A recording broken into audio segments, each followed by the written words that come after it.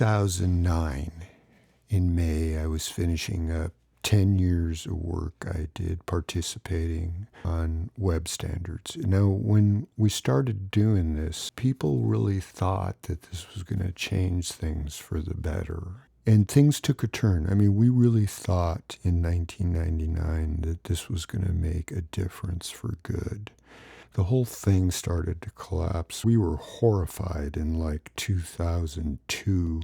Children were posting hideous things against other students. How could that be so ugly? And it's only gotten worse. My plan was to go up there, do some volunteer work, and then I was going to spend a year on Mount Shasta. So the city park in Mount Shasta, beautiful place. Well, there was a lot of opportunity to volunteer. So I started out just in doing the seniors. I would be the maitre d' server, and they gave me an office, and that's Adriana, who she was in charge of the city park, and she gave me the crafts room to sleep in at night. And so that was just wildly good. So then they made me the park's photographer.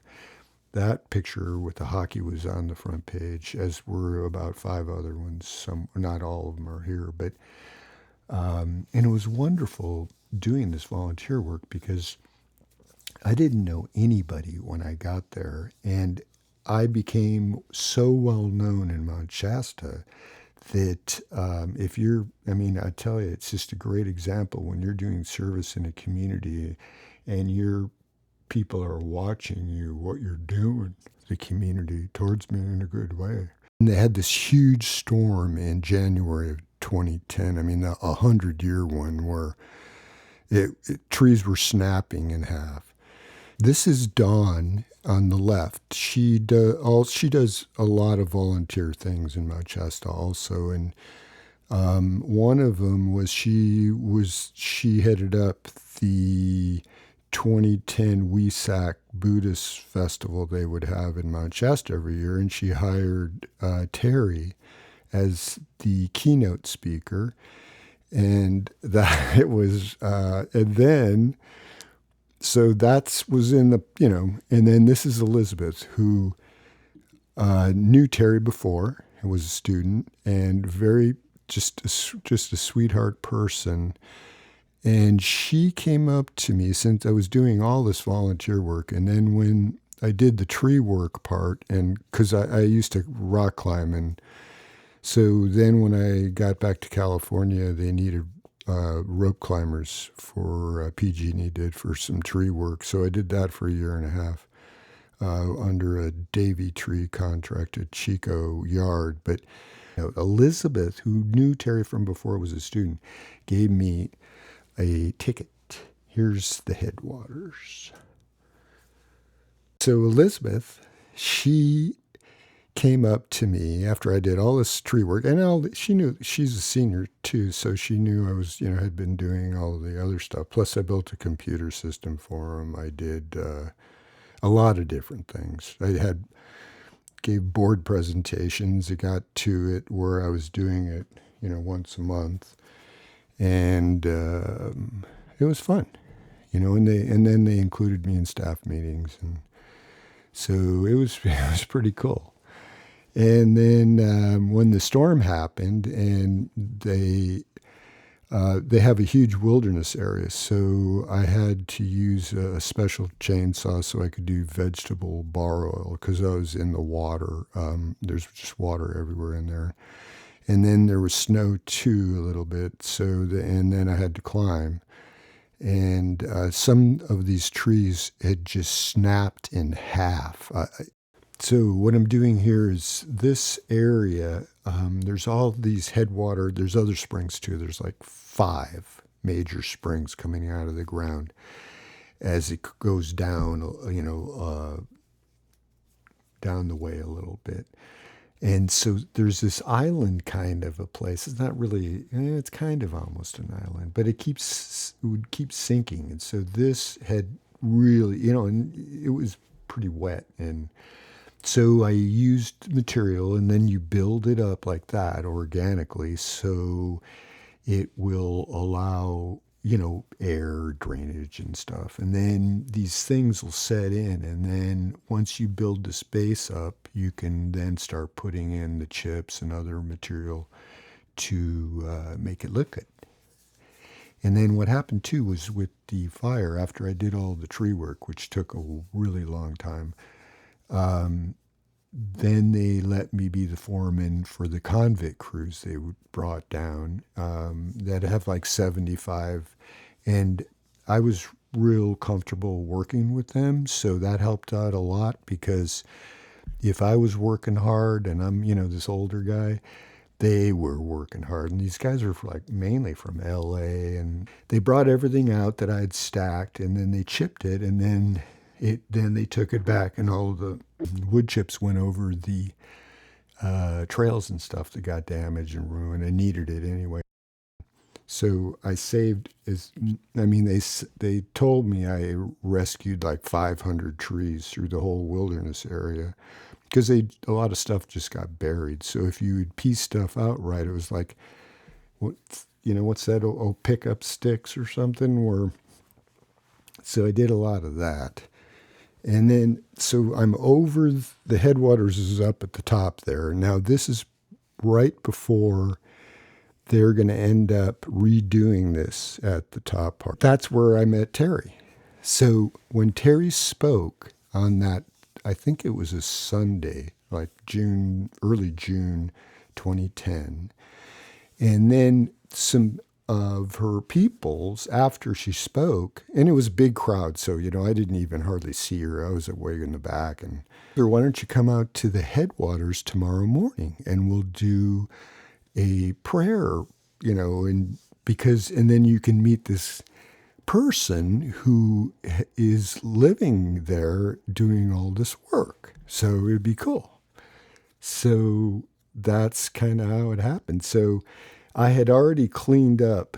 You can see how barren it is around it. It shouldn't be that barren. This was just all covered in tree debris group. And so there was Terry. You can see the platform, right at the top part, kind of. She looks at me and I look at her, and we did I love you, and, love, and all these things you do. How especially in my chest at that time, it was a pretty huggy place. And a lot of, love, and this was leading up to the big event in 2012, of course, but nevertheless, it was, it was a happening time. It lasted for a while. I ended up volunteering almost the whole time I was there, because they wanted me to ride my mountain. They knew I rode my mountain bike everywhere. And since I'd done all the tree work in the wilderness area, it goes up against the freeway and a railroad track thing way back. And so it was too overgrown and for the police to go back there, because they were under siege at that time too.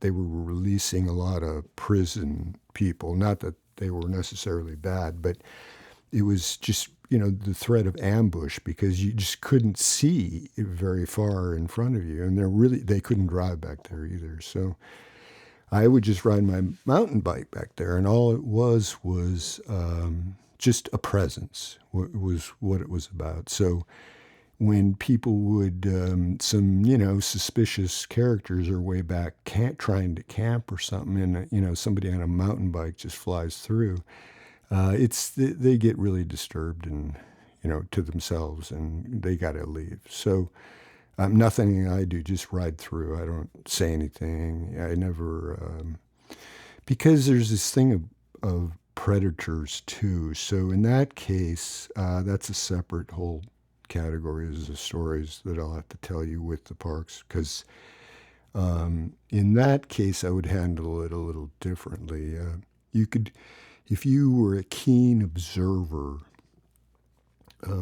at big events and stuff, because you could tell somebody was, like eyeing different mother-child thing. And when they would go for a walk or something, they were, so you had to deal with it differently. But they would totally freak out if all of a sudden when they're being watched, it was pretty trippy.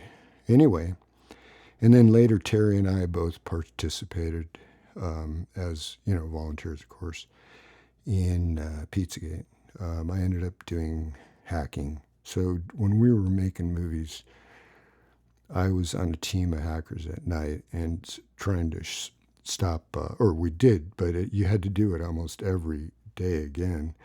So you're not looking at things. It's a team, because it's very dangerous, and you have to be so it's a team of people who know their role on what they're doing. So in my case, it was very abstract. You're not watching anything yourself. These are just, numbers flying around. And if it's just the sexualization of children is despicable. I want to thank the Flynn family, and since I brought it up, and General Flynn was, you could say, you don't agree with his religious thing that with children, he proved to me.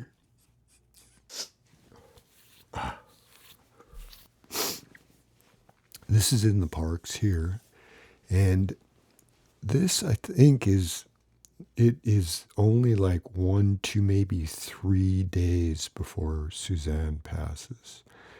So, that's what this little gathering here is.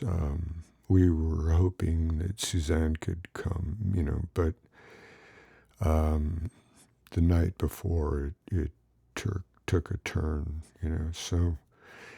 And then,